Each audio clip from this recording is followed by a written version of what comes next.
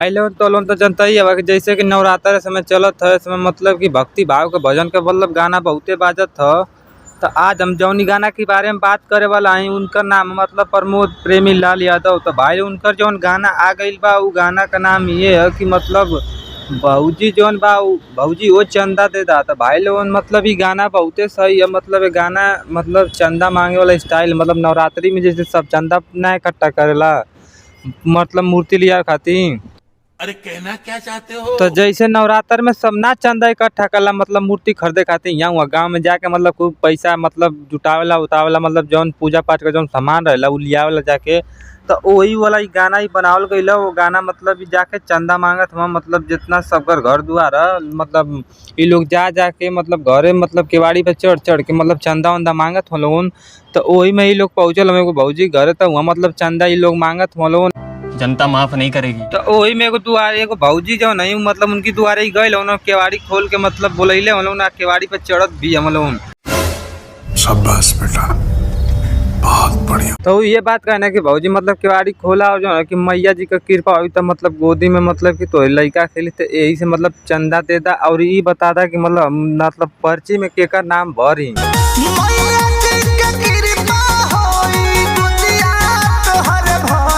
जय माता दी भौजी हो का नम परचा में बोल के कर भरी। तो भौजी ये बात कहनी कि देखा मतलब नाम ना ले सकत हई लेकिन तू अपने भैया का नाम भर ला हम कहाँ से तोरी भैया का नाम हम कैसे ले सकत हई।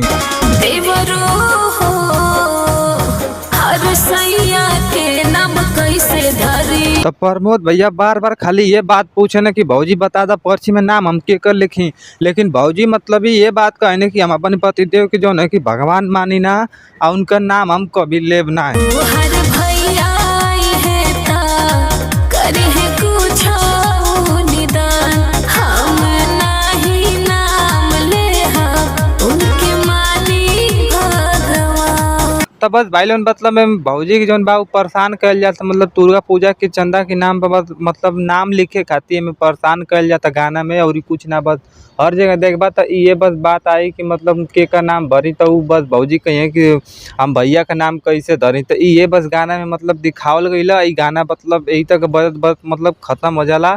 आना तो दुर्गा पूजा वाला नवरात्रि सॉन्ग है गाना के तो लोग सुन लिया लोग कहे से कि गाना बहुत सही है। मतलब भौजी वो चंदा देता ये गाना का मतलब एल्बम का नाम है। आना तो गाना के जो लिखले तो उनके बता दें कि जो लिखले है वो गीत हो छोटन मनीष हुआ म्यूजिक दिले हुआ आर्या शर्मा। तो आर्या शर्मा का म्यूजिक बहुत शानदार रहेला। तो उन्होंने कहा कि जाके एक बार सुन लिया लोगन। आना तो वीडियो में अगला मिलत है इसने कोनो गाना ले मतलब नवरात्र वाला गाना लेके तो चला लोगन अपन अपन काम करा लोगन जाके। देवरो हो हर सैया के नाम कैसे धरी।